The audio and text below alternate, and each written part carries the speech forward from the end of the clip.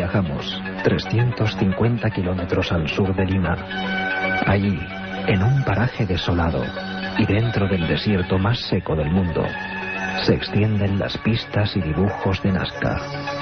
Un inmenso mapa de colosales figuras y perfectas rectas kilométricas creadas durante siglos con un objetivo desconocido.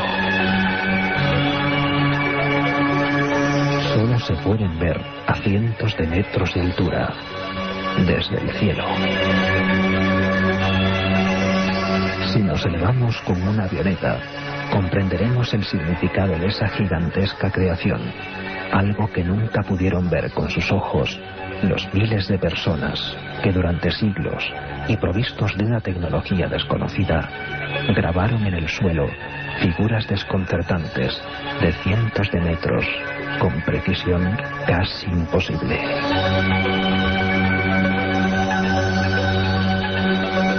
Monos, arañas, cóndores e inquietantes personajes humanoides provistos de cascos, cinturones, ojos redondos y antenas.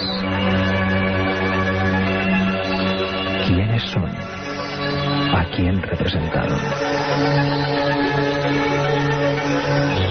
Considerado patrimonio de la humanidad desde 1994, el enigma de Nazca sigue imborrable, desafiando a cualquier lógica científica. Su mensaje, dirigido a la eternidad, hoy, como hace 2 milenios, continúa siendo uno de los mayores misterios del mundo.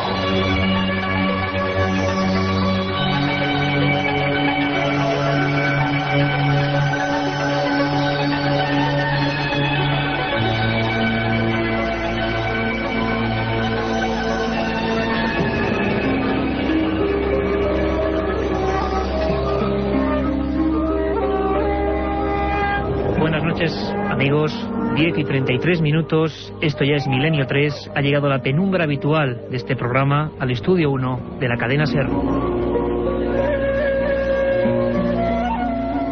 Carlos Barroso, Katia Rocha, Carmen Porter, que os habla Iker Jiménez, y hoy con 2 lugartenientes de lujo, Antonio Bravo y Javier Rodríguez, a los mandos técnicos.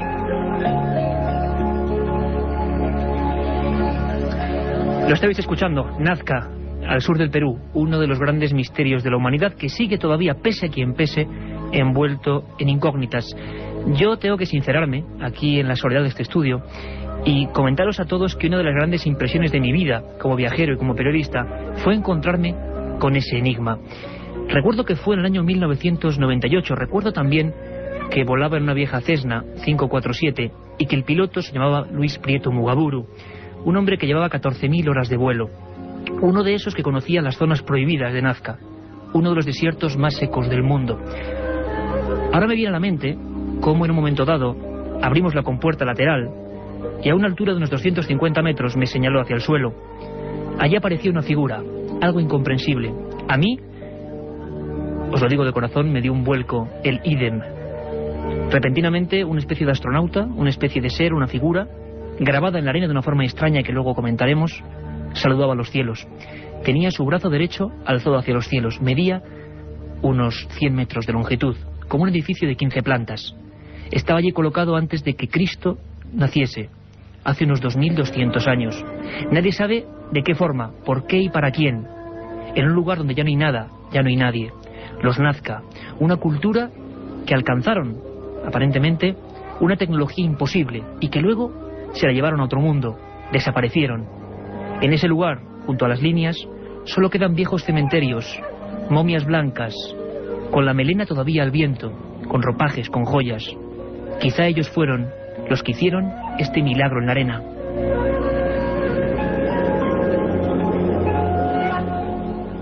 Cuentan que fue un arqueólogo peruano, Toribio Mejía, quien en el año 27 se encontró en mitad de la carretera de un camino, que luego sería la famosa carretera panamericana. A la altura de 1 kilómetro, el 433, él se encontró, en aquel lejano tiempo, con una marca que le pareció un canal de irrigación. Le pareció una especie de extraño labrado en la piedra. La siguió durante kilómetros y se dio cuenta, espantado, que aquello se perdía hacia el infinito. Una recta perfecta.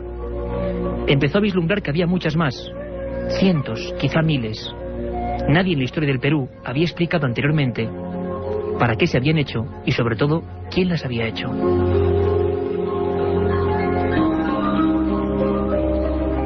Seguimos avanzando en el reloj del tiempo y nos encontraríamos 20 años después con un hombre universitario, Paul Kosok, neoyorquino.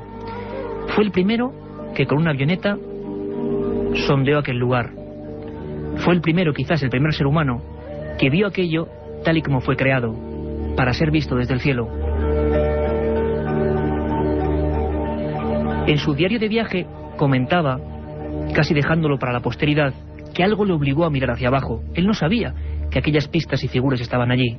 Algo me obligó a mirar hacia abajo y encontró arañas gigantescas, monos, perros, individuos antropomorfos con cinturones, con cascos, figuras de hasta 400 metros de largo.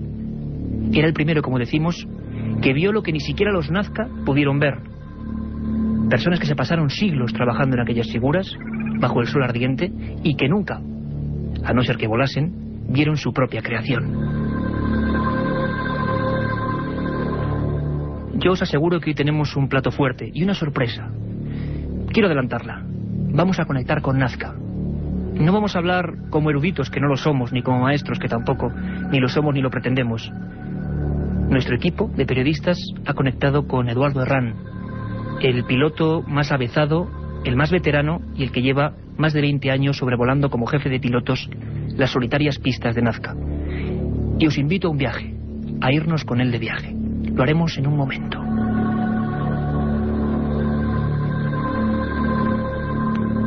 La otra realidad. Milenio 3. En la cadena SER. Aparte de gozosos, dolorosos, gloriosos, los misterios de la Iglesia son sorprendentes e inexplicables. La periodista Carmen Porter te ayuda a desvelarlos en Misterios de la Iglesia, una obra que saca a la luz los episodios más impactantes del fenómeno religioso. Exorcismos, apariciones, cuerpos incorruptos, estigmas. Misterios de la Iglesia, de Carmen Porter, publicado por Editorial Edad. La otra realidad. Milenio 3. En la cadena SER.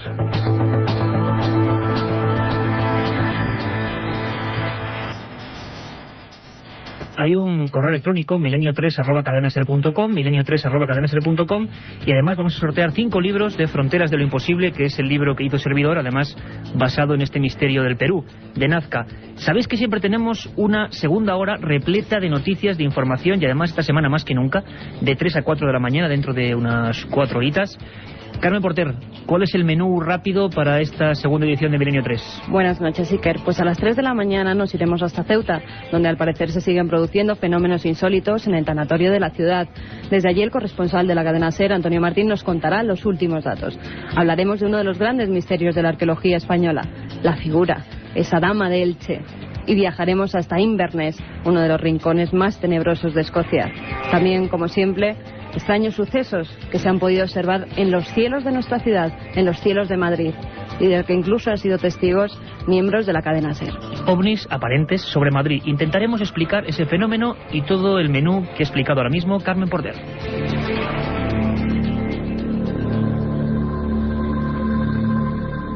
Desde que se descubrieron hasta hoy en día, las pistas de Nazca han sido un cúmulo de hipótesis. Hubo una muy importante, una alemana llamada Maria Reich, que murió hace poco. Es protagonista de una historia humana terrible a la vez y esperanzadora.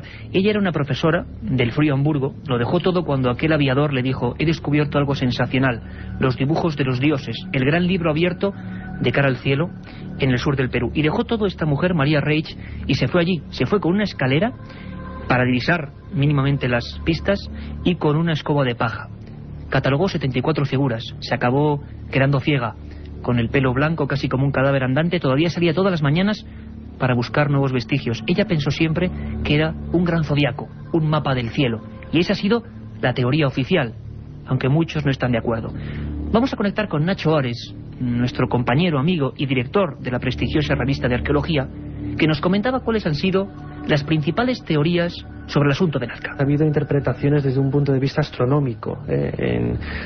No hay que olvidar, mejor dicho, que muchas de estas líneas están orientadas hacia momentos determinados del viaje que a lo largo del año tiene el Sol, en momentos como los solsticios, equinoccios, etcétera, ¿no? Luego también están las teorías un poco absurdas o sacadas de contexto de Erich von Däniken, en donde se nos habla que si eran pistas para aterrizajes de extraterrestres.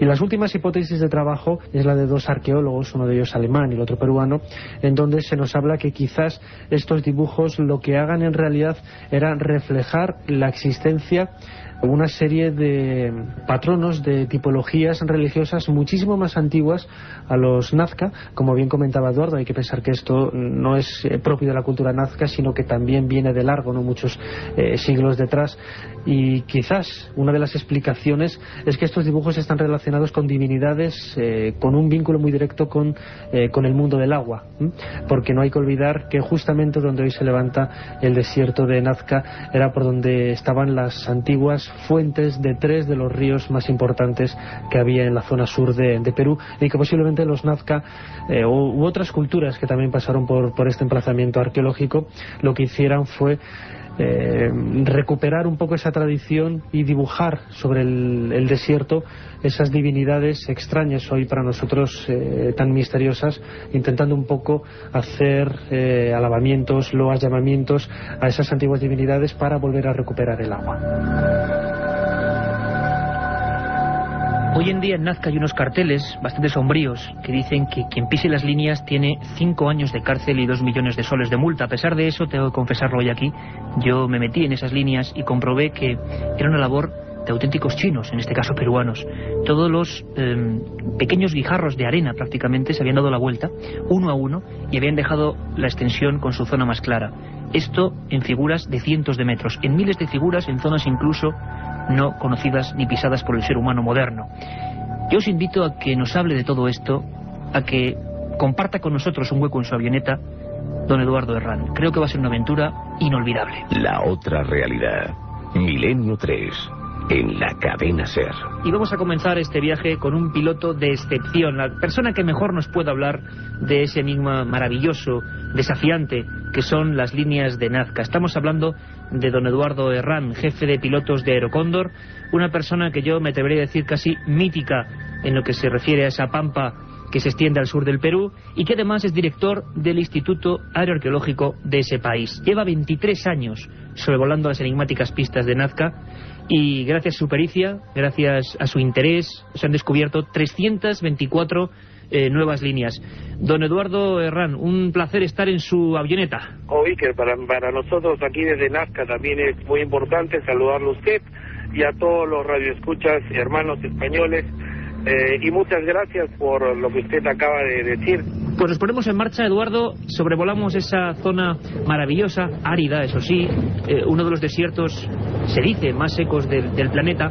Y Eduardo, estamos en tus manos, realmente nos confiamos en tu vuelo, estamos también con nuestro técnico aquí a bordo, don Jorge Martínez, que está extasiado viendo las pistas. Vamos a hacer que toda España, a través de la cadena SER, los cientos de miles de personas que nos siguen, se emocionen con las pistas de Nazca. Eduardo, ¿qué podríamos ver ahora mismo cuando estamos saliendo de esa pista de Aerocóndor? ¿Cuáles serían las primeras figuras? ¿Qué paraje veríamos ante nuestros ojos? Bueno, lo primero que debiera decirles es que el clima que tenemos en esta zona de la costa sur del Perú, que está a 450 kilómetros al sur de Lima, es de un sol esplendoroso. Y en este momento tenemos una temperatura aproximadamente entre los 26 y 27 grados, un cielo completamente azul, y después de cruzar el valle nos encontramos con una extensión sumamente gigante. Estamos hablando de más de 550 kilómetros cuadrados, donde al comenzar a ingresar podemos ver de una manera increíble rayas y figuras geométricas, algunas que tienen más de 20 kilómetros de largo. 20 kilómetros, Eduardo.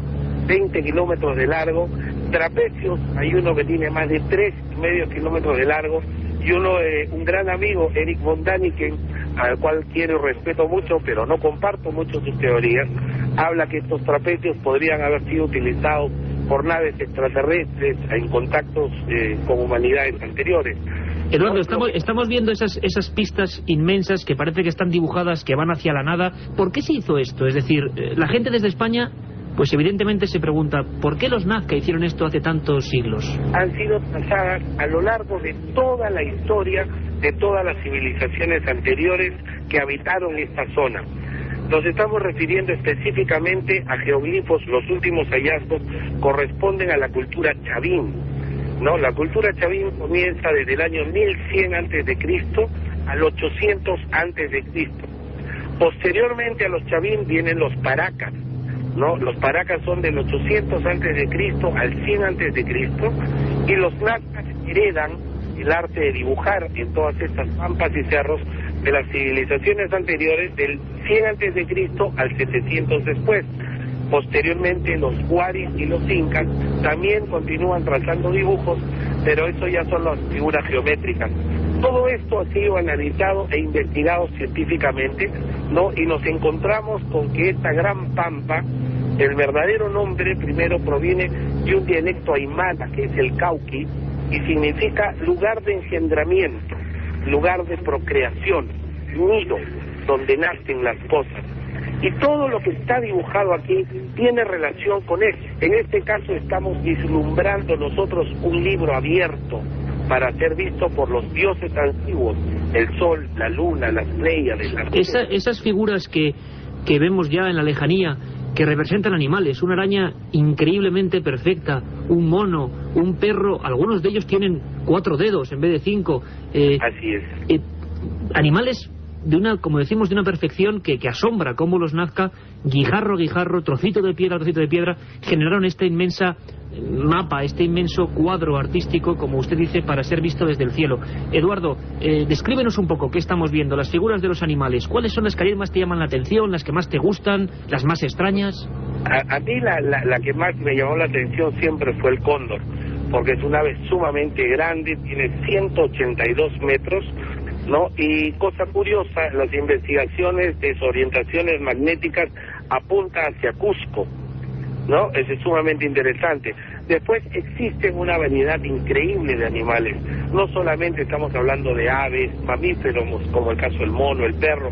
También hemos descubierto batracios, hay sapos, hay ofidios, hay culebras en alto relieve, hay saurios, podemos ver lagartos o lagartijas, y una variedad increíble, así increíble, de la representación de casi todas las especies vivientes que habitaban esta zona de la costa sur del Perú hace miles de años. Eso es fantástico, ¿no?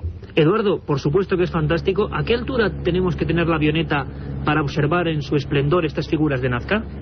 Mira, para observar los dibujos antropomorfos o morfos, o sea, los que tienen formas reconocibles, digamos, son dibujos que miden desde 11 a 20 metros hasta 340, 400 metros. Para poder observar estos dibujos debemos tener el avión a una altura aproximadamente de 200 metros, 250 metros. Pero las formas geométricas, que son las que llaman muchísimo la atención también, no deben ser vistas a una altura mayor, porque las extensiones son de varios kilómetros de largo. Entonces, si uno está muy bajo, pierde la perspectiva, pero conforme asciende en el avión, comienza a darse cuenta que es otra visión, ¿no? Hay dos formas de ver la pampa. Una es los dibujos reconocibles de personas, animales, y otras son las formas geométricas. Uno tiene que estar pegado al suelo y el otro tiene que estar muy alto en el espacio, ¿no? Eduardo, ahora mismo estamos observando otras que estoy seguro que bueno, pues excitan la imaginación de muchos. Realmente se interpretan teorías de lo más variado, como tú has dicho, del buen amigo Eric von Daniken, pero bueno, teorías para todos los gustos. Pero lo que es cierto es que ahí en una loma estamos viendo una figura que parece realmente un cosmonauta dibujado antiguamente. ¿Qué demonios es esto, Eduardo? Así es. Bueno, nosotros lo llamamos el astronauta. Este dibujo no está ubicado sobre la pampa, sino más bien en una ladera de montaña, lo que por características hace que sea un dibujo que corresponde a la cultura Paracas, o sea, anterior a la cultura Nazca, ¿no? Y este dibujo representa, sí, la forma de la cabeza, parece el casco de un astronauta, pero también es la cabeza de una lechuza. Existe otro dibujo que también es sumamente interesante, descubierto por el que habla en el año 84, y este dibujo que descubrimos es exactamente la representación del extraterrestre de la película de Spielberg.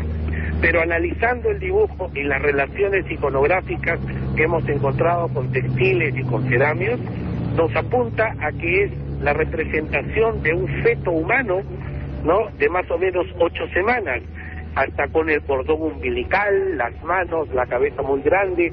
Entonces, es una cosa que realmente, bueno, como tú lo dijiste al principio, yo comencé esta experiencia como piloto comercial ya hace 23 años, pero se transformó en una pasión, en una cosa realmente para mí muy, muy especial, ¿no? Quiero compartirlas como en este momento contigo y con todos nuestros amigos españoles. Eduardo, y además este programa lo hacemos gente apasionada, para gente apasionada que nos escucha en toda España y en todo el mundo a través de Internet. Bajamos, descendemos un poco ya con nuestra avioneta, vamos poco a poco de nuevo hacia el suelo, una experiencia gratificante, inolvidable. Yo puedo decir personalmente a toda la audiencia que una de las grandes impresiones de mi vida como periodista fue las primeras imágenes de Nazca desde estas avionetas Cessna. Fue impresionante, para mí fue un vuelco al corazón, un gran enigma arqueológico que sigue ahí. Eduardo, un mensaje para toda la gente de España. Estoy seguro que mucha gente va a ir a Nazca a raíz de este programa. ¿Por qué hay que visitar Nazca? ¿Por qué esto sigue siendo de alguna forma un desafío? ¿Por qué es una cosa única en el mundo, Eduardo? Mira, como lo tú has dicho, es una cosa única en el mundo porque, si bien es cierto, existen evidencias similares en algunos otros países. Hay algo en Estados Unidos, en la isla de Malta, algunos en Egipto, otros en Inglaterra, pero no existe en ninguna otra parte de nuestro planeta, ¿no?, una zona que tenga una extensión tan gigantesca, con miles y miles de vestigios arqueológicos de esta naturaleza. Pero lo importante de Nazca es que encierra, según lo que yo he podido ver y absorber de energía de este sitio, no un mensaje al futuro de la humanidad, que es que algo que hoy está tan de moda, la conservación de la ecología, el respeto por el medio ambiente, ¿no? Esta gente lo ha tenido integrado dentro de su propia esencia, ¿no? El hecho de dibujar todas las especies, el hecho de interactuar con todas las especies para tratar de que se vayan al cosmos a que lo vean sus dioses, pero probablemente han habido otras inteligencias hace miles o millones de años, nos conllevan a ver una armonía cósmica entre los humanos y nuestra verdadera creación.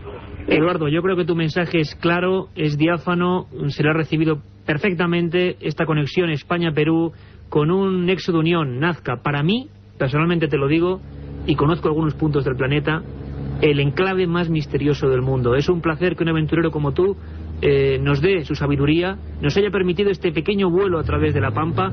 Esperamos conectar muchas más veces. Cualquier noticia desde allí, estos son tus micrófonos para cientos de miles de personas en España. Un abrazo muy grande.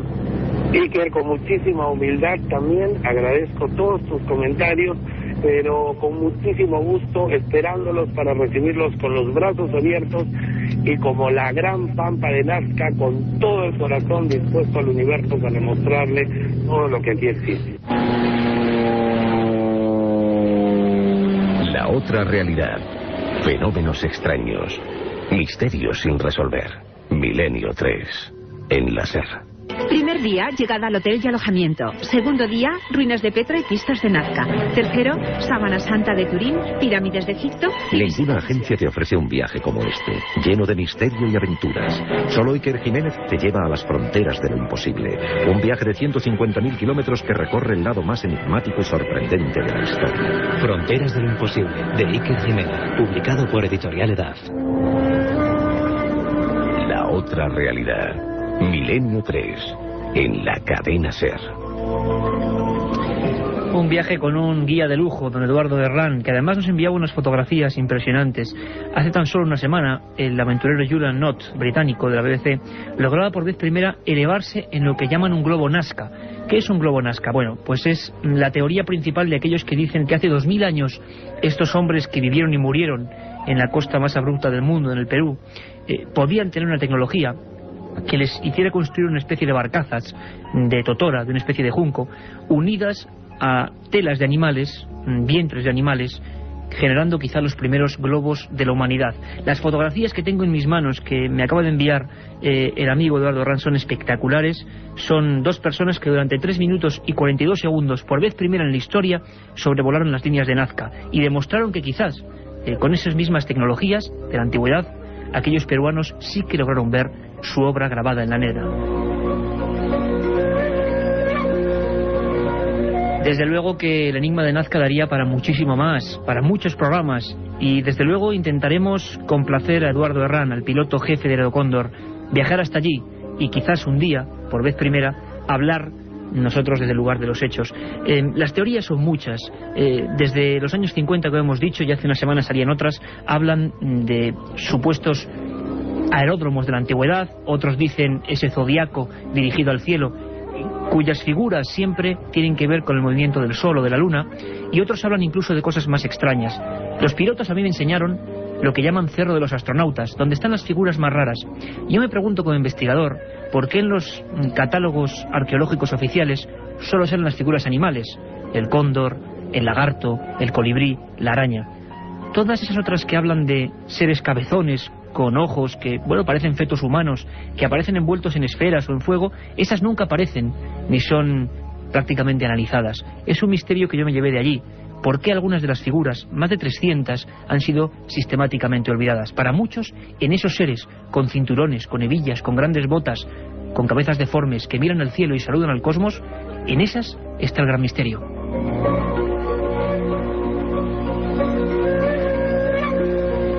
Aquella alemana que quedó ciega con los ojos en blanco por completo, María Reich, algunas fotografías suyas son espectaculares. Yo llegué días después de que ella muriese, había auténtico luto en esa especie de barrio desolado que es hoy Nazca. Aquella mujer consiguió que en el año 94 este misterio de miles de figuras fuera considerado patrimonio de la humanidad. Muchos dicen que las figuras estarán ahí hasta que el tiempo quiera. Cuando uno baja hasta ellas y las toca y coge las pequeñas piedras que las componen, se da cuenta o se pregunta ¿por qué demonios no se han movido nunca?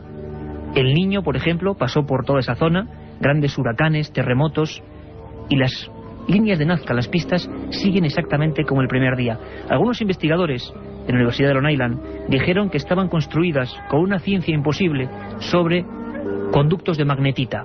Eso hacía que las piedras o la pequeña arenisca quedase dispuesta como en un puzzle y que nada ni nadie, durante siglos, pudiera moverlas. Las teorías de lo más diverso, como decimos, han seguido ahondando en el tema de Nazca, pero nadie sabe con certeza por qué se hicieron, quién las hizo y sobre todo por qué nunca aparentemente pudieron ver esa obra. Según Eduardo Herrán y otros especialistas arqueológicos del Perú, hay una zona hacia la cordillera de Palpa donde puede haber, como decimos, miles de figuras sin catalogar.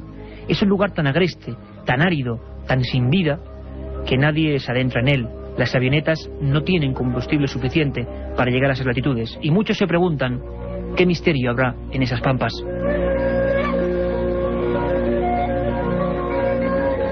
Yo os lo he dicho, me he sincerado, una de las grandes sorpresas de mi vida fue ver aquellas figuras desde la avioneta. Espero que podamos viajar de nuevo, que podamos verlas, que podamos sentirlas. Yo no sé lo que son, no sé por qué las construyeron y no sé quiénes son esos individuos raros como casas de 12 pisos. Lo que sí intuyo es que incluso cuando ninguno de nosotros estemos ya, las líneas de Nazca y esas figuras seguirán por algún extraño resorte, por alguna extraña misión, mirando a los cielos. Esto ha sido Milenio 3, nos vemos dentro de 4 horas. Gracias a todos.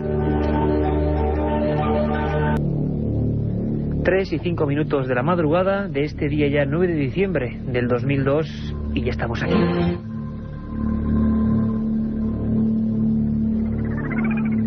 Don Carlos Nicolás a los mandos técnicos, que de vez en cuando nos manda una señal de alarma, como comunicándonos de que iba a ser un programa histórico, lleno de cosas, lleno de noticias, de actualidad y a veces de explorar en la historia. Ya sabéis que nos gusta mucho meternos en esos viejos casos que se quedaron ahí sin resolver. Y si me permitís, con toda la celeridad del mundo, vamos a hablar con uno de nuestros compañeros. Sabéis que el equipo lo componen Carlos Barroso, Katia Rocha, Carmen Porter, este que os habla, Iker Jiménez, Carlos Nicolás, como he dicho, el control técnico, Y el primero de ellos, a Carlos Barroso, nuestro habitual compañero, que además hoy tiene preparado un viaje maravilloso hacia Escocia, hacia uno de los lugares más tenebrosos de ese magnífico país.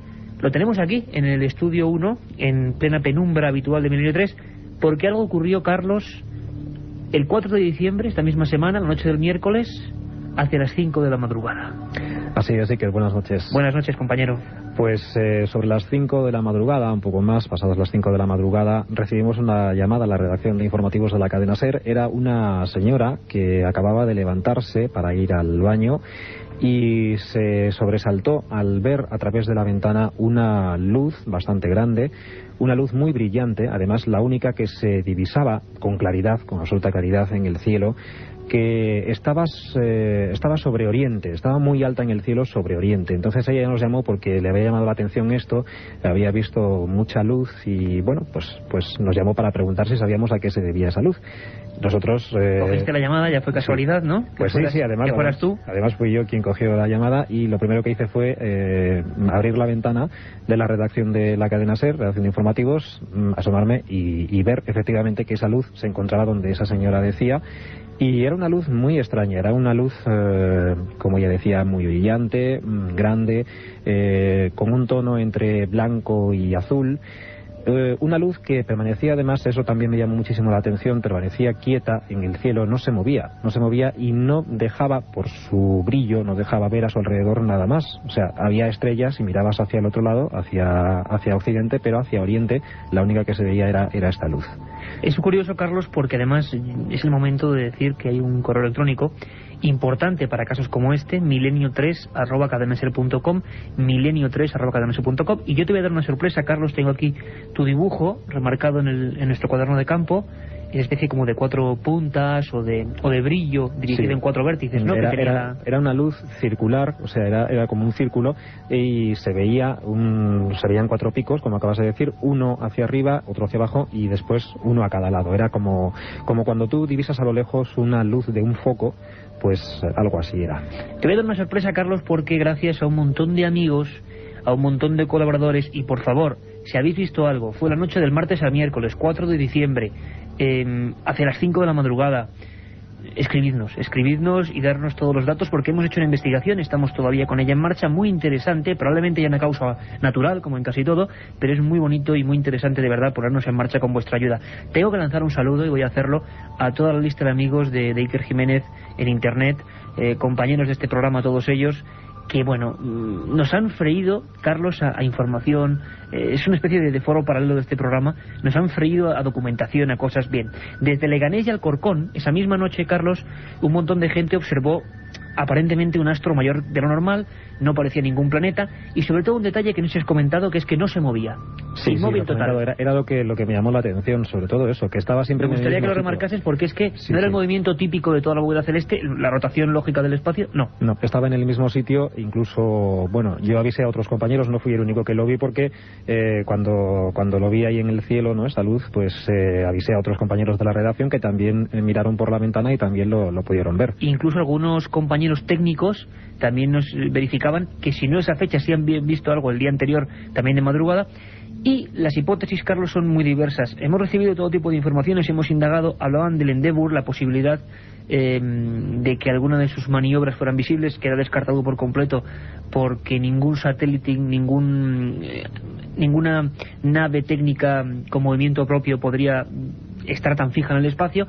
Y ha habido un estudio fabuloso que nos ha mandado Rafael Cabello Herrero, y que nos indica que a nivel astronómico podría ser, de verdad que seguiremos con la investigación, sobre todo si vemos que hay más testigos, si el objeto estaba un poco hacia unos 70 grados respecto a nosotros, podría ser, dicen, la constelación de Leo y Cáncer, muy visible en estos días, o podría ser un planeta relativamente bien conocido, pero que da, bueno, alguna que otra sorpresa, que es Júpiter, cuyas 4 lunas, Ganímedes, Io, Europa y Calisto, podían hacer esos 4 efectos. Personalmente, te voy a ser sincero, creo que A mí no me suena que tu descripción coincida con Júpiter. Eso no quiere decir que yo diga que sea un ovni, pero vamos, que no parece Júpiter porque, hombre, Júpiter lo conocemos relativamente. Y tú lo que viste, Carlos, es 4 vértices perfectamente marcados, ¿no? Sí, era como una estrella de 4 puntas, muy bien definidas, muy bien definida también la luz, o sea, se veía perfectamente.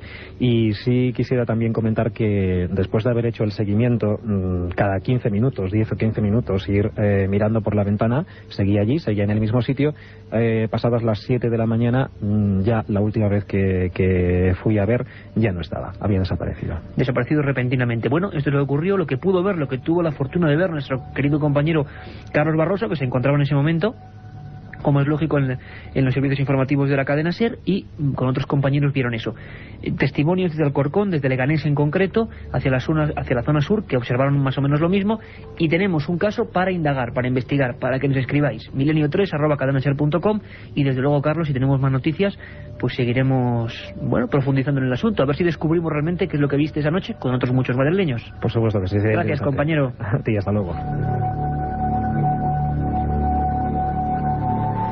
Pero la semana ha dado para mucho más. Luego, además, Carlos Barroso junto con Carmen Porter nos traen un montón de noticias en la última recta, noticias de todo tipo, interesantísimas, que van de una parte a otra del mundo. Pero nos quedamos en España, nos seguimos quedando en nuestro país porque, parece ser que ha habido movida de nuevo, nunca mejor dicho, en ese lugar que se ha convertido en un referente obligado en cuanto a lo paranormal, que es Ceuta, el famoso tanatorio de Ceuta.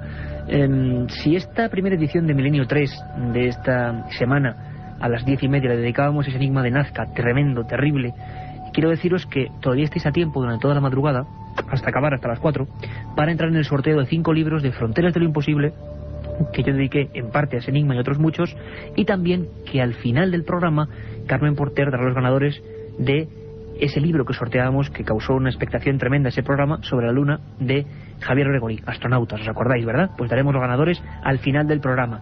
Pero Ceuta, como os decía, ha vuelto a reclamar nuestra atención, y nuestro compañero Antonio Martín nos va a dar la última hora de lo que allí está ocurriendo. Parece ser que nadie se explica aquellos sonidos y que todo lo que ocurrió es mucho más serio de lo que en un principio imaginamos. Todavía no hay solución para los extraños lamentos y sonidos que mantienen en vilo al tanatorio de Ceuta. Los sonidos y las voces que se escucharon en la madrugada del pasado 10 de noviembre en el tanatorio de Ceuta continúan siendo todo un misterio. De momento no se ha encontrado respuesta a la pregunta de dónde procedían los lamentos que escucharon tanto agentes del cuerpo de la policía local como 2 trabajadoras del propio tanatorio. Un hecho que motivó que hace algunas fechas un parapsicólogo, miembro de la Asociación de Parapsicología y Paracientíficos Españoles, solicitara autorización a las instituciones pertinentes al objeto de estudiar el caso. Una vez realizadas las gestiones, Enrique Sánchez se desplazaba el pasado fin de semana a Ceuta y recogía las pruebas necesarias para intentar dar respuesta a este misterio. Enrique Sánchez no descarta que sean voces de ultratumba, aunque esos sonidos también pudieron, y según manifestaba en la cadena SER, pudieron ser producto de la mente humana. Se realizan evidentemente pruebas de grabación, tipo de fotografía, porque hay imágenes que realmente el ojo humano no las capta, o sea, están en otra, por decirlo de alguna forma, en otro tipo de onda vibracional. Por ejemplo, las ondas de radio, todos somos conscientes, todos las escuchamos, pero ninguno la podemos ver.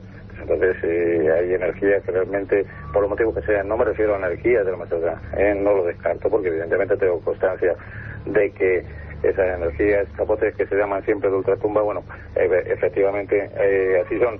Pero lo primero que debemos de hacer para hablar de parapsicología es dejar a un lado las viejas arrugadas y los gatos negros, que eso ya pasó a la historia, y tratar de sacar una conclusión al respecto y darnos cuenta de que muchísimos fenómenos paranormales son producto de la mente humana y otro tipo de explicaciones que los que estamos metidos dentro de este campo pues conocemos bastante bien.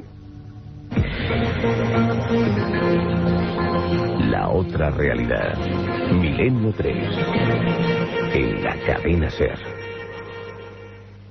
Primer día, llegada al hotel y alojamiento. Segundo día, ruinas de Petra y pistas de Nazca. Tercero, Sábana Santa de Turín, pirámides de Egipto. Ninguna agencia te ofrece un viaje como este, lleno de misterio y aventuras. Solo Iker Jiménez te lleva a las fronteras de lo imposible. Un viaje de 150.000 kilómetros que recorre el lado más enigmático y sorprendente de la historia. Fronteras de lo imposible, de Iker Jiménez, publicado por Editorial Edad.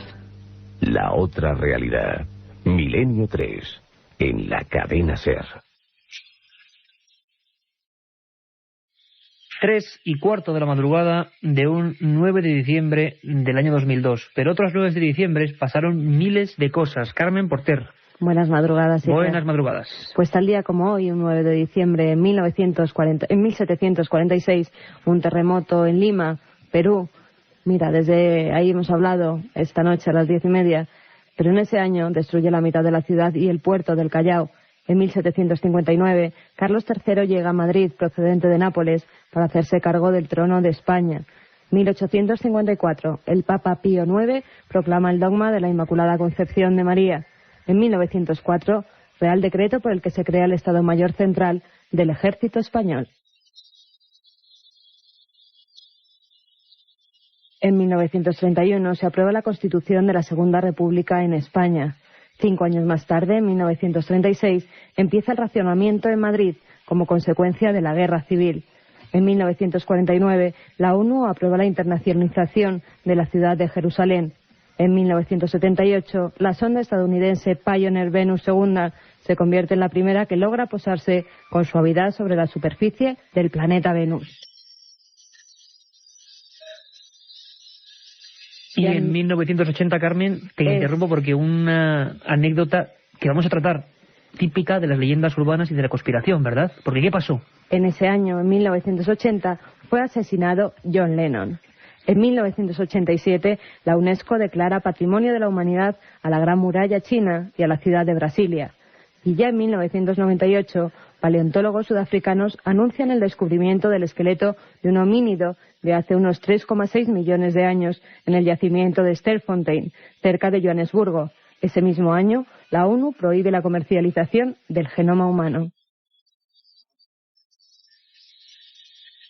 Estupendo repaso, Carmen Porter, a una serie de hechos que, bueno, que a veces coinciden, ¿verdad? En el tiempo y el espacio. El 9 de diciembre pasaron cosas bellas, importantes, y otras que son una triste lacra para la humanidad.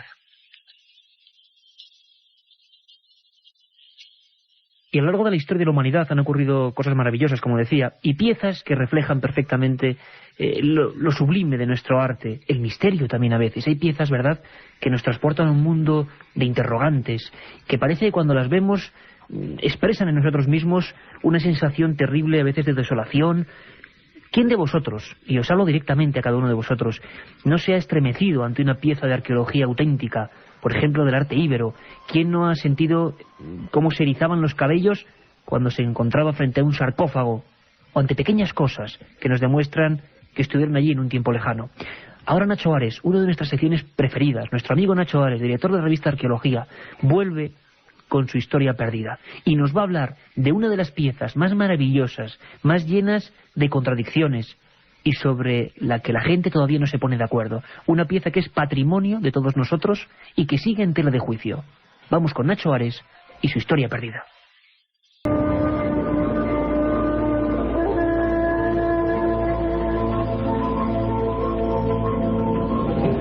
El 4 de agosto de 1897, don Manuel Campelo, un importante médico alicantino aficionado a la compraventa de obras de arte, descubrió en su finca de la Alcudia, muy cerca de Elche, el busto de una mujer de apenas 56 centímetros de alto.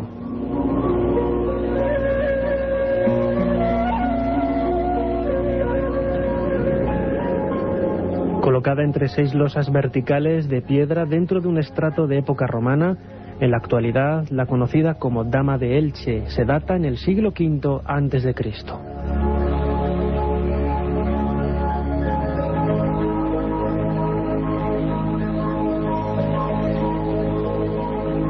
La importancia del acontecimiento no se hizo esperar.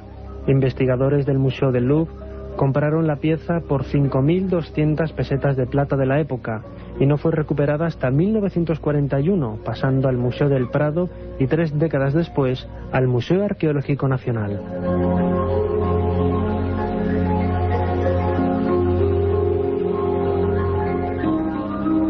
Para celebrar el centenario del descubrimiento de esta pieza, el Museo Arqueológico organizó una exposición bajo el título de 100 años de la Dama de Elche. La polémica surgió cuando para muchos historiadores esta pieza efectivamente es una falsificación que no tiene más de 100 años de antigüedad.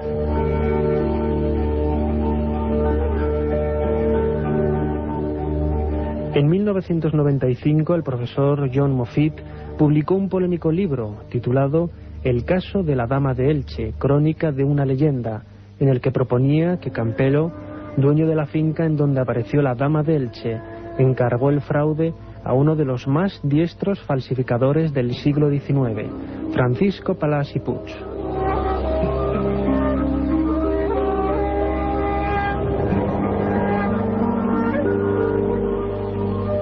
Lo extraño de encontrar una pieza de tamaño natural, la inusual base cuadrada de la dama, el hecho de que fuera un busto o la expresividad del rostro, detalles todos ellos que no cuadran con el arte ibérico y sobre todo las anomalías que rodearon a su descubrimiento, fueron algunos de los argumentos esgrimidos por Moffitt y otros arqueólogos antes que él para poner en duda la autenticidad de tan conocida escultura.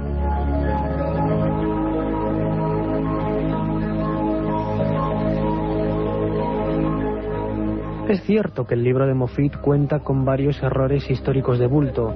Sin embargo, las pruebas presentadas por este y otros arqueólogos nos hacen pensar que al menos existen serias dudas sobre su autenticidad. La solución del problema vendría de la mano de un simple análisis de los restos de pintura que todavía conserva la Dama de Elche, análisis que todavía nadie se ha atrevido a realizar.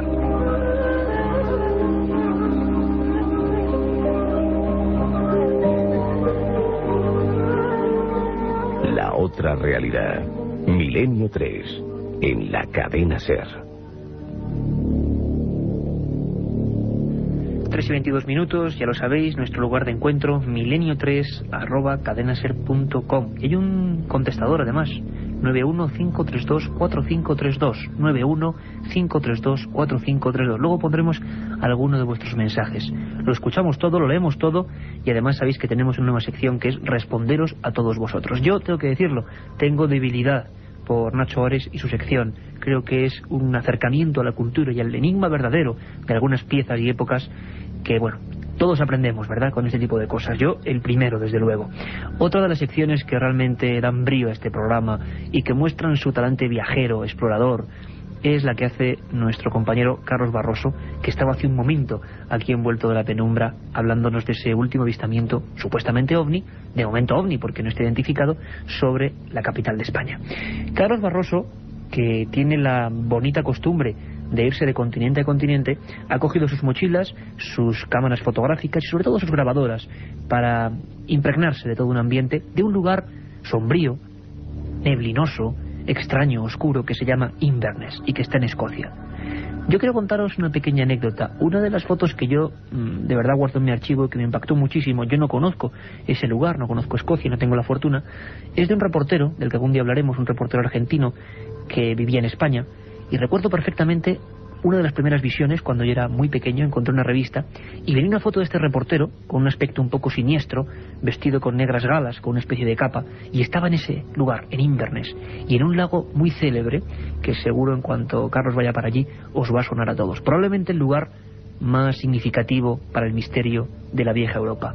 Os dejamos con este rumbo al misterio, este viaje hacia lo más extraño de Escocia.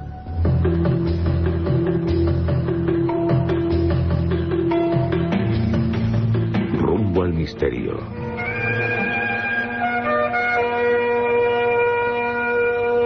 Situada en el norte de Escocia, Inverness es el lugar perfecto para explorar cómodamente los impresionantes paisajes de las tierras altas.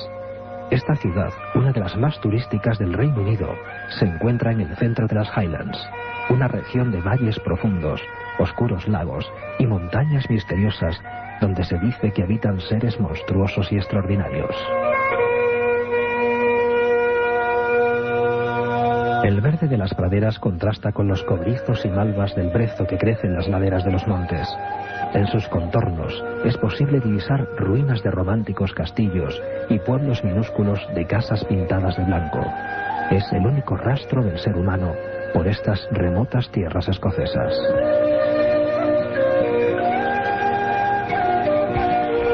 Inverness es la capital de las Highlands. En la actualidad es una acogedora ciudad con un marcado estilo victoriano, con muchas tiendas y cuidados jardines. Del Inverness de Macbeth solo queda el emplazamiento de su castillo. arrasado por el cruel Malcolm Canmore.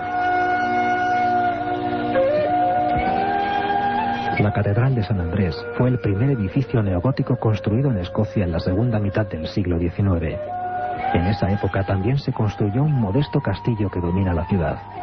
Pero lo más interesante de Inverness son las posibles excursiones por sus alrededores. Los paseos por las Highlands pueden ser casi ilimitados, pero si hay un destino imprescindible e inevitable es el lago Ness.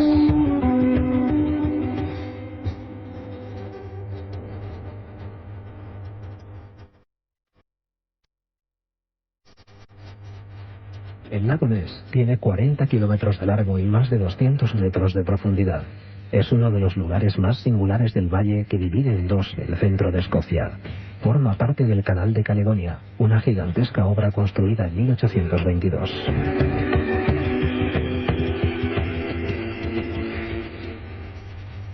Pero no es por eso por lo que el lago Ness ha llegado a conocerse en los 4 puntos cardinales.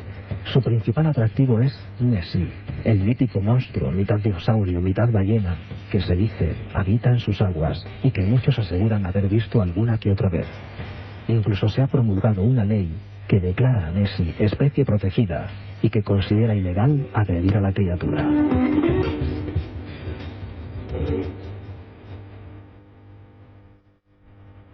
Junto al lago Ness se encuentran los restos del castillo de Urquhart, parcialmente destruido por los ingleses en 1692. Dicen los expertos que una de sus torres es el mirador más perfecto para observar a Nessie con total nitidez y tranquilidad.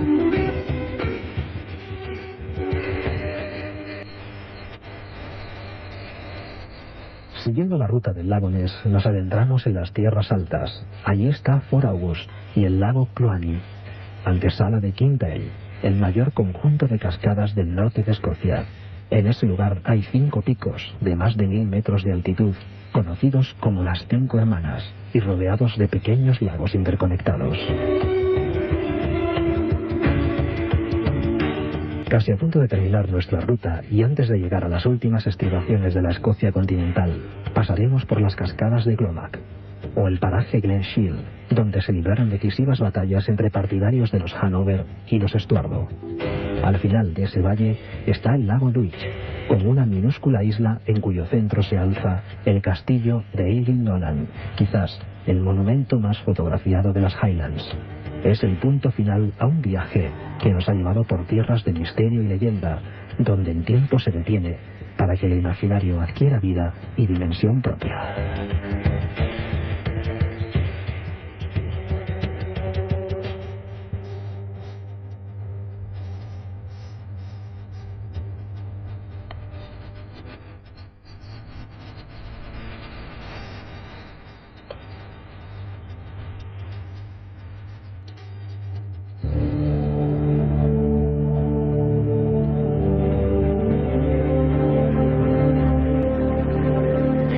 Carlos Nicolás, que estaba extasiado escuchando las historias de Nessie, un animal que a él le gusta particularmente y que es parte del mito de Escocia y de esa vieja tradición europea de los monstruos lacustres, ¿verdad? Un día hablaremos de ellos.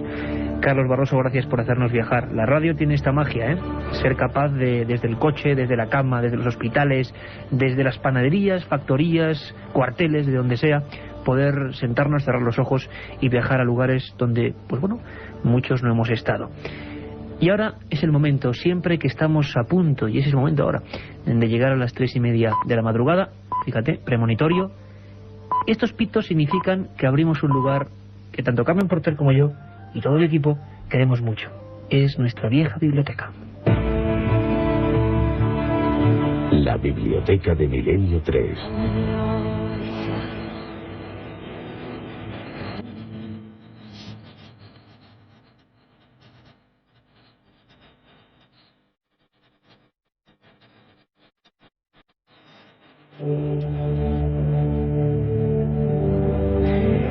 Y Carmen me trae aquí, en mi flanco derecho, un libro que, bueno, yo creo que está recién llegado a todas las librerías, ¿no, Carmen? Pues sí, que eres novedad, y todos nuestros oyentes, si quieren adquirirlo, la pueden encontrar en todas partes. Y además es de un viejo y un buen amigo, ¿verdad? Eso es, sobre todo un buen amigo.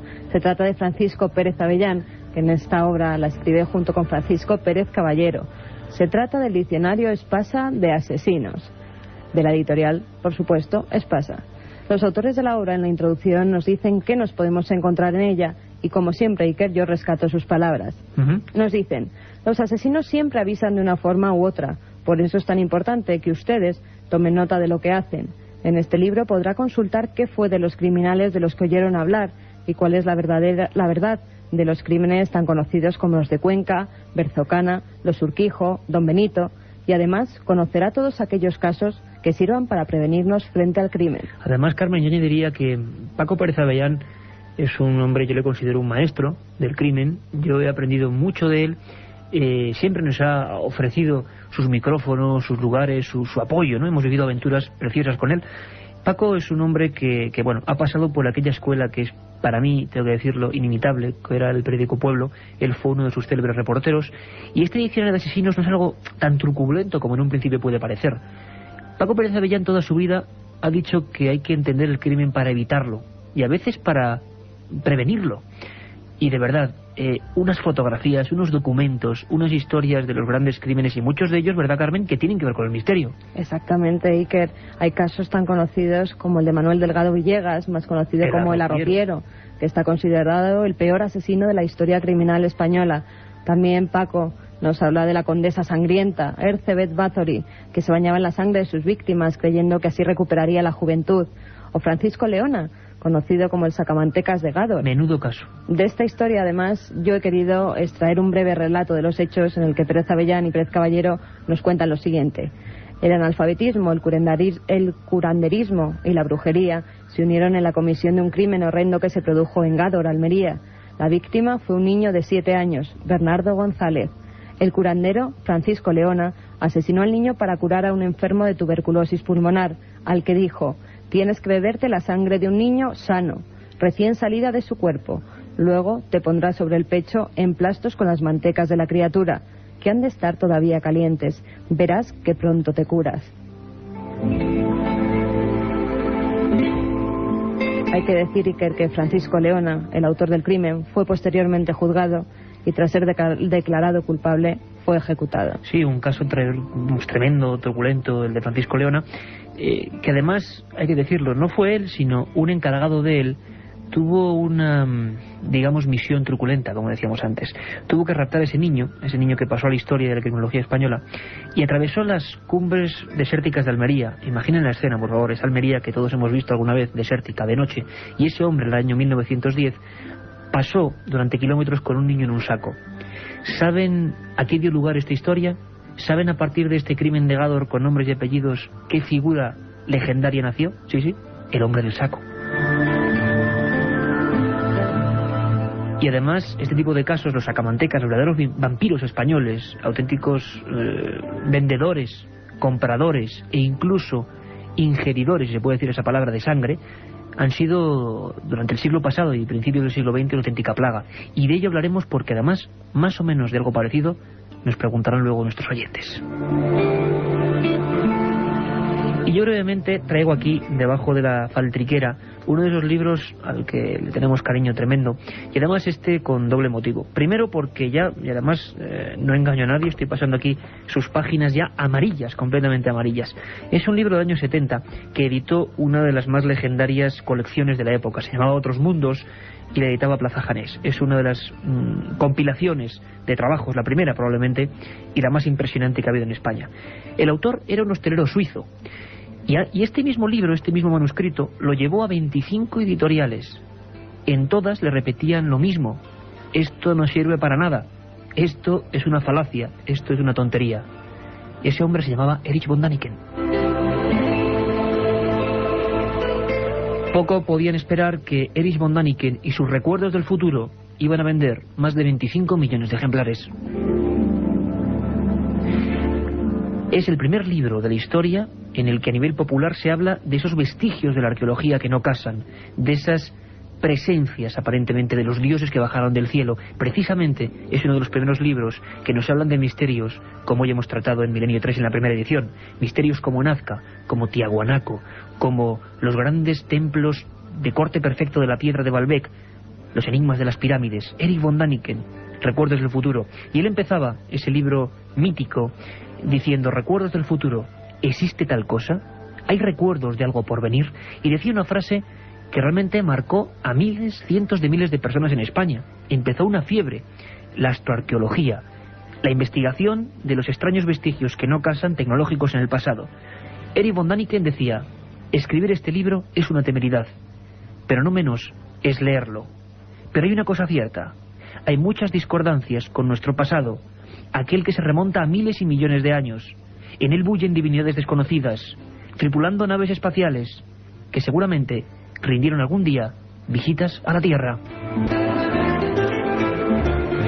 Una portada verde y unos guerreros Aku de la Indonesia en la portada. Erich von Däniken, 25 millones de ejemplares vendidos, y una polémica que continúa. Recuerdos del futuro.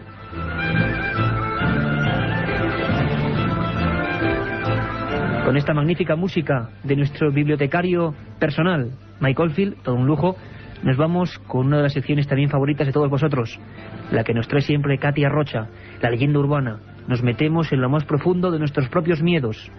Y la propia Katia me decía: seguro que has oído esta historia, y sobre todo si has ido, como es el caso de todo el equipo universitario, y hemos estado en alguna ocasión en alguna residencia. Ya veréis cómo también habéis oído esta macabra historia.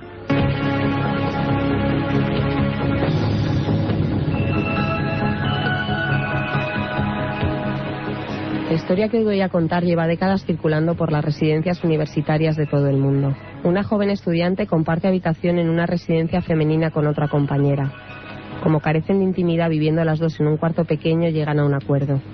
Cuando alguna de las dos quiera llevar a su pareja a la habitación y estar a solas, colocará una goma elástica en el pomo de la puerta, y así la otra, al entrar, sabrá que no es el momento y esperará en el descansillo. Una noche, una de ellas regresa empapada por la lluvia a la residencia. Era muy tarde y sube las escaleras a toda prisa porque desea llegar a su habitación, quitarse la ropa mojada y meterse en la cama arropándose con las mantas. Al llegar a su cuarto, agarra el pomo de la puerta, lo gira y no puede ser, piensa. Hoy no. La goma estaba puesta en el pomo. Su compañera tiene visita y ella no va a ser bien recibida. Con el frío y la humedad de los pasillos de la residencia colándose por su ropa empapada en los huesos, el cansancio de las clases y lo nerviosa que le ponía la oscuridad, decide entrar en la habitación con cuidado, sin encender la luz y no molestar. Gira el pomo sin que apenas suene, desengancha la goma y junto a la puerta se desviste y de puntillas se acerca a su cama metiéndose en ella mientras escucha los susurros y jadeos de los ahora dos compañeros de cuarto. Para dormir, se coloca sus tapones de estudiante y ya se disculpará mañana por la intromisión. Al amanecer se despierta por un agudo sonido procedente de su móvil. Un pitido insistente. Qué raro un mensaje a estas horas. Sin encender la luz para no molestar, acierta a tomar el móvil de su bolso y en el mensaje puede leer: ¿no te alegras de no haber encendido la luz? Desconcertada por el misterioso mensaje, la enciende y mira a la otra cama. Su amiga está estirada con las muñecas y tobillos atados a la cama, un esparadrapo tapándole la boca y el cuerpo abierto en canal. La sangre salpica las paredes y el suelo. De nuevo un pitido procedente del móvil. Un mensaje. ¿Te alegras o no?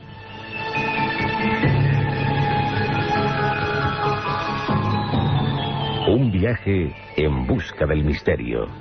Milenio 3. En la SER.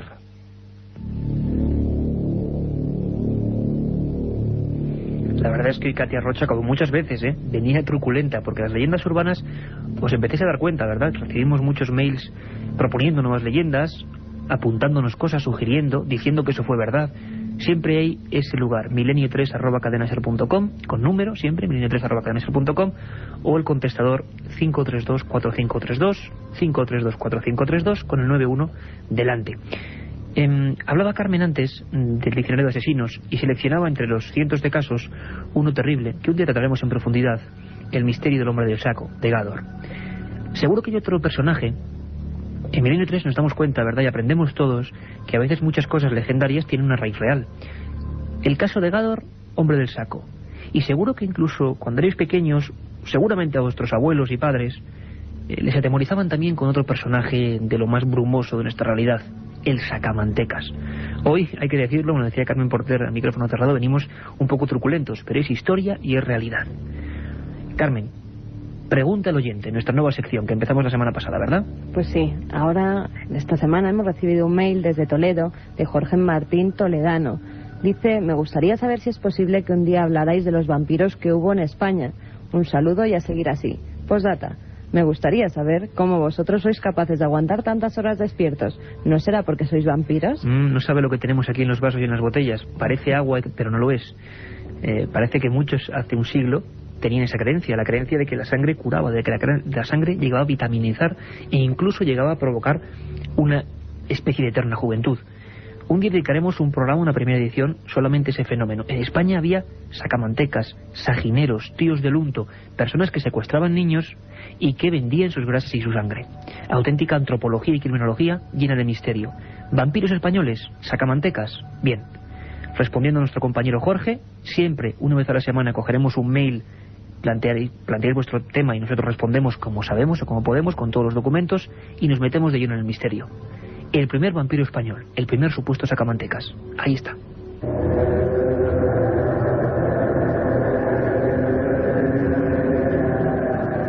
Hasta aquel día de marzo de 1870, Juan Díaz de Garayo, apodado el Zurrumbón, con sus 2 metros de altura, su tez oscura por el sol y su cráneo deforme, había sido un hombre pacífico y normal. Pero todo cambió aquella mañana en la que escuchó la llamada del mal. Agazapado en uno de los caminos que se pierden en las llanuras de Álava, esperó a su víctima, una prostituta joven que prestaba sus servicios en los pueblos próximos a la capital. La mujer sintió el miedo en las venas al escuchar una especie de bufido, un grito desgarrado propio de un animal. A los pocos segundos le cerraba el paso, con los brazos en cruz y ojos inflamados, un rostro desencajado que se parecía al del mismísimo diablo. Un afilado cuchillo abrió en canal las tripas de la muchacha y en ellas hundió la cabeza Díaz de Garayo para beber el líquido rojizo con avidez. Una muerte brutal digna de los sacrificios más remotos de la humanidad. Según declaró en el juicio sumarísimo que se le practicó años después, un ser maligno se había apoderado de su mente y lo empujaba a devorar el alma de los demás. Los demonios que asustaban a Díaz de Garayo no tardaron en regresar.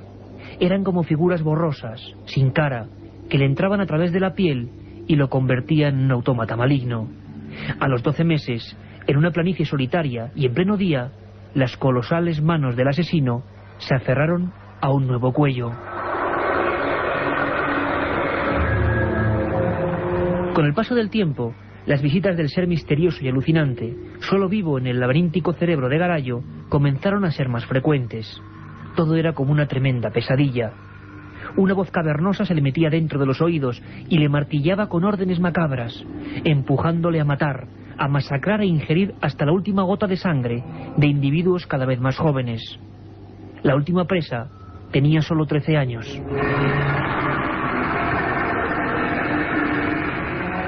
Una década después, atrapado por la confesión accidental de una niña que se asustó ante su mirada de fuego, Díaz de Garayo, un gigante jorobado y bestial que no pasaba desapercibido en aquella época, fue condenado a la pena máxima, la pena de muerte. Confesó todas sus fechorías, aterrorizando a los propios funcionarios de policía de aquella pacífica Vitoria del siglo XIX. En 1880, el célebre verdugo burgalés Gregorio Mayoral apretó las clavijas del garrote vil para acabar con la vida del monstruo. Antes de ser desnucado, se le imputaron 6 asesinatos, pero nunca se encontró un solo resto de los cadáveres. Pudieron ser muchos más, quizá decenas. En el juicio se mantuvo la hipótesis de que podría haber desangrado y devorado a la mayoría, dejándolos como auténticas pieles fantasmagóricas que hubiera hecho desaparecer en un regato del río cercano a su choza. Un enclave extraño, repleto de misteriosos grabados prehistóricos.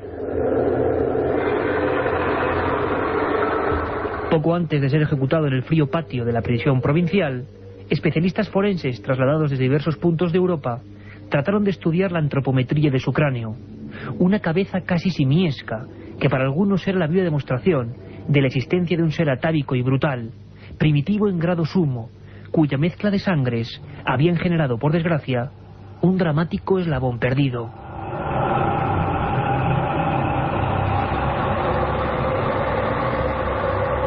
La otra realidad. Fenómenos extraños. Misterios sin resolver.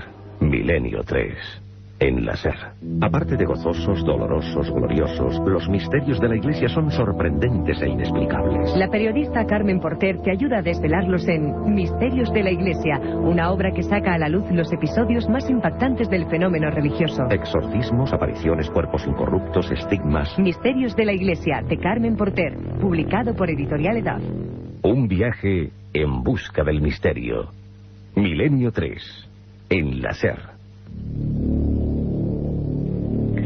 Hoy la verdad es que entre la leyenda urbana de Katia Rocha y esta respuesta al oyente sobre Guía de Garallo, el zurrumbón, el sacamantecas de Vitoria, nos entra una tembladera mayor de lo habitual. Un programa que se ha metido en lo más profundo de la mente humana, en el enigma que a veces conduce a algunos asesinos a matar y a creer que el líquido rojizo que recorre nuestro cuerpo genera vida. Aunque la verdad es que las más antiguas culturas, empezando por los mayas, los incas, los aztecas, también creían eso y hacían sacrificios al sol y también consumían sangre. Una especie de vampirismo ritual muy extraño. Toda esta semana hemos empezado el programa pues casi con un último flash de actualidad con el asunto de esa extraña luminaria sobre Madrid o con los sonidos de Ceuta. Ha sido repleta, ha estado llena de todo tipo de sucesos. Muchos de ellos tienen que ver con la arqueología, con la ciencia, con lo extraño. Es el informativo que siempre preparan Carlos Barroso y Carmen Porter, siempre sondeando todo tipo de materias que tienen un nexo común, lo desconocido. Repito siempre, Milenio 3 es el programa de lo que no se cuenta, de lo desconocido, de lo paranormal y muchísimo más. Vamos ya con el informativo.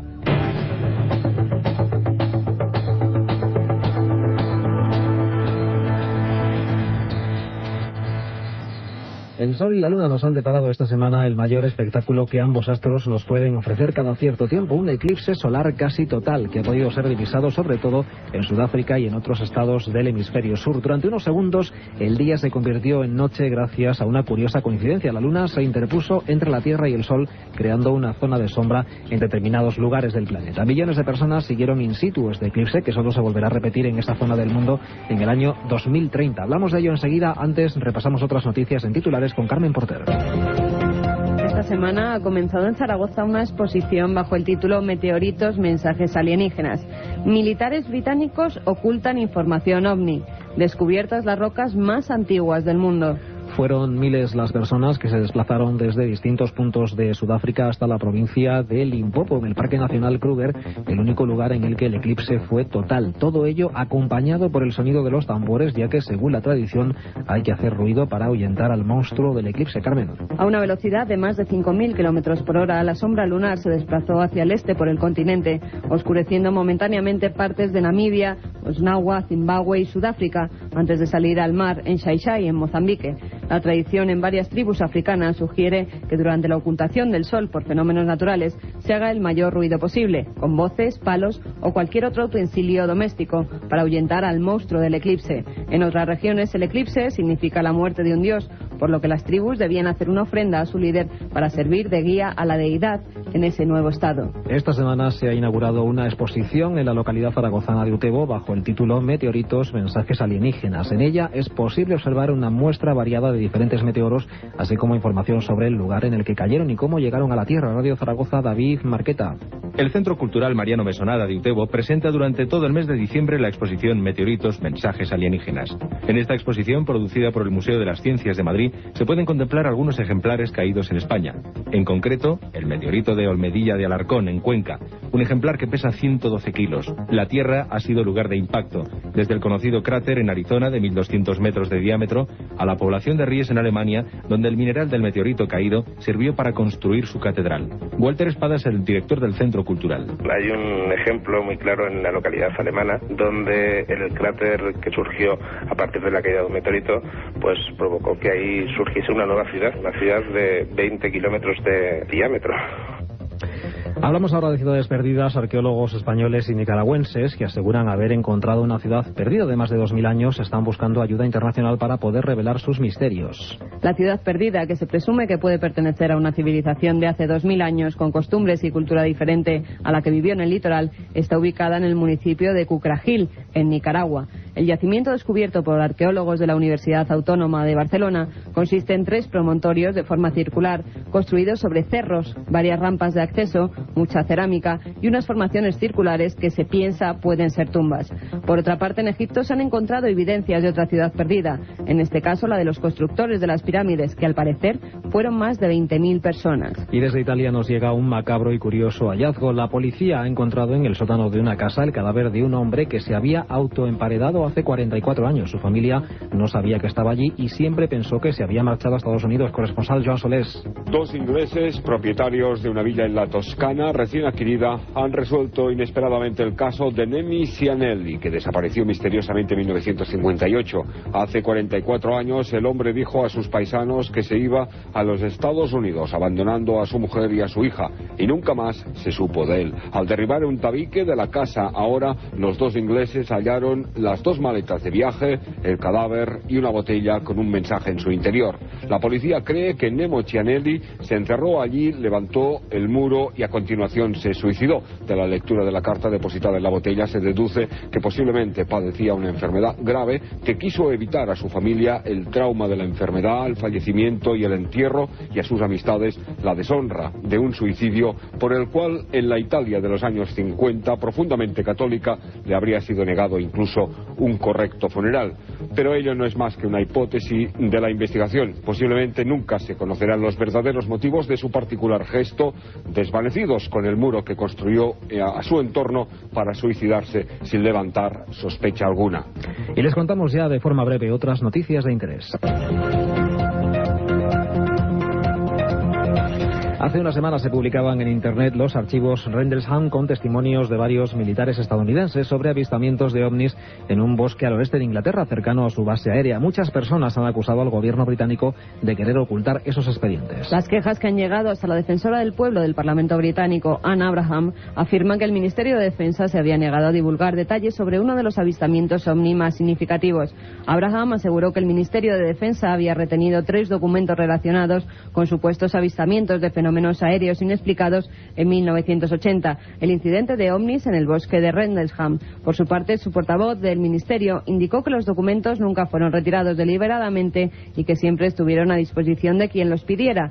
Según uno de los documentos, a fines de diciembre de 1980, militares estadounidenses que investigaban lo que pensaban era un accidente de avión en el bosque, vieron un objeto brillante, metálico, de forma triangular, de aproximadamente 3 metros de ancho y 2 de alto, que iluminó con un resplandor muy blanco y que parecía estar apoyado en 3 largas patas. Un equipo de geólogos canadienses ha descubierto las rocas más viejas del mundo. El equipo de geólogos ha asegurado haber descubierto rocas que datan de hace casi 4.000 millones de años, un hallazgo que podría ayudar a los científicos a entender mejor las primeras etapas del desarrollo de la Tierra y el comienzo de la vida.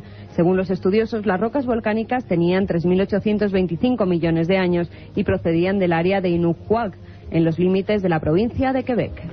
Pues por esta semana es todo. Dentro de 7 días, más noticias en Milenio 3.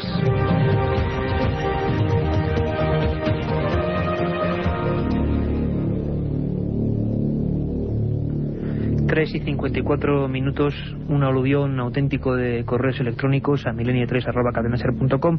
Estamos realmente contentos de que, estéis ahí con nosotros, que nos escribáis y que tengáis la libertad absoluta de contarnos vuestras sugerencias, opiniones. Todo es bien recibido en Milenio 3.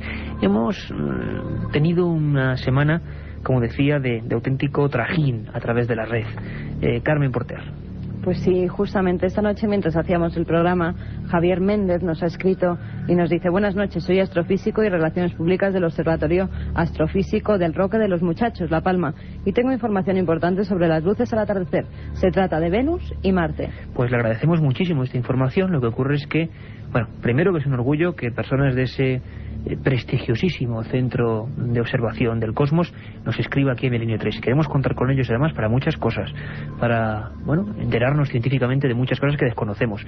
Pero la verdad es que, bueno, fue a las 5 de la madrugada, no fue el atardecer, fue a las 5 de la madrugada la visión sobre Madrid. De todas formas, habrá mucho que hablar y es muy bonito que sigáis aportando historias y pareceres a lo que se vio o lo que se pudo ver. Si es natural, fenomenal. Nosotros contentos de haberlo resuelto. Y si no, pues seguirá en la duda. Más mails, Carmen.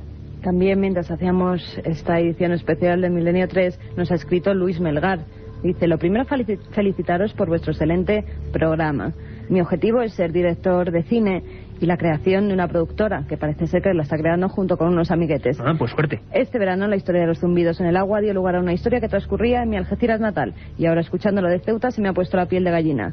Dice que le encanta el cine y que lo que nos piden son historias apasionantes que hayamos tenido, que contemos, bueno, pues, y que creemos que pueden hacerse cortometrajes con ellas. Yo creo, Carmen, que tiene... Creo que este es el programa número 35. Ha llovido bastante desde que el 1 de junio nos pusimos aquí a hablar de ovnis y pilotos. Programa número 35, y creo que el trabajo de este equipo da para bastantes guiones de cine. Tengo que decir que, bueno, que simplemente conseguirnos va a tener un montón de historias, que siempre aquí pensamos, primero, que no creemos mucho en las historias oficiales, y segundo, que la realidad supera siempre a la ficción. Y tengo que decir, Carmen, me quede poco humilde, que hay un montón, no digo los nombres, pero un montón de grandes guionistas y directores del cine misterioso español, ahora tan en boga, que nos siguen. Y que hay mucha gente que quiere llevar Milenio 3 a las pantallas. Vamos a ver si lo conseguimos. Carlos David nos dice: me gustaría que hablaseis en algún programa sobre culturas anteriores a la nuestra, sobre las que han llegado a encontrar vestigios de operaciones, incluso de trasplantes de cerebro y demás cosas como herramientas, tornillos, que estaban fuera de las posibilidades técnicas que se le supone a esas culturas. ¿Es eso verdad? Sí, es cierto. Hay al menos vestigios y cosas extrañas. Por ejemplo, las piedras de Ica es uno de los grandes misterios. Unas piedras donde aparecían personas trepanando cerebros, los tornillos o taladros de Dashur en Egipto. Bueno, hay un montón de tecnología. Hoy hemos empezado con los viajes a la antigüedad con Nazca. Me gustaría, ya enfilando la recta final, Carmen, que hiciéramos una pequeña pausa y escuchásemos uno de tantos, de los cientos de mensajes que en el contestador del 532-4532. Hemos elegido uno al azar para que veáis que estamos pendientes y que nos podéis preguntar de todo a través de ese número de teléfono. Os saludo con mucho cariño, Milenio 3. Os estoy oyendo desde el principio y me gusta muchísimo ese programa, y pongo el despertador para no perderme la nocturna. Y sí desearía que hablarais más sobre las casas encantadas, que hay muchas, aparte de los que habláis de Sevilla y todo esto. Hay también por aquí, por los alrededores. Algunas vienen también en los libros de Iker. Y bueno, pues nada más agradeceros los buenos ratos que nos hacéis pasar. Soy Ana Alonso de la Sota. Un beso. Pues Ana, el beso te lo damos todo el equipo en conjunto de Milenio 3. Con esta música de sintonía que nos pone ya nuestro compañero Carlos Nicolás, hoy a los mandos de esta nave, vamos casi con el último mail, Carmen. Sí, además un mail que engloba a muchos, porque muchos nos preguntan sobre las canciones que ponemos en Milenio 3. Alberto nos dice: me gustaría saber cuál es la canción que se oye como tema de fondo cuando habla el presentador del programa. O sea, tú, Iker. Y nos dice: esa sintonía tenebrosa. Sí, esa sintonía es tenebrosa. Hoy hemos tenido la visita, además, de ese hombre, Francisco Rico, todo un compositor. Desgraciadamente, sus discos no están a la venta. Son composiciones realizadas de motu propio, y tengo que deciros que he tenido una sorpresa magnífica. Ha venido con un disco. ¿Sabéis cómo se titulaba ese disco con nuevas canciones? Milenio 3.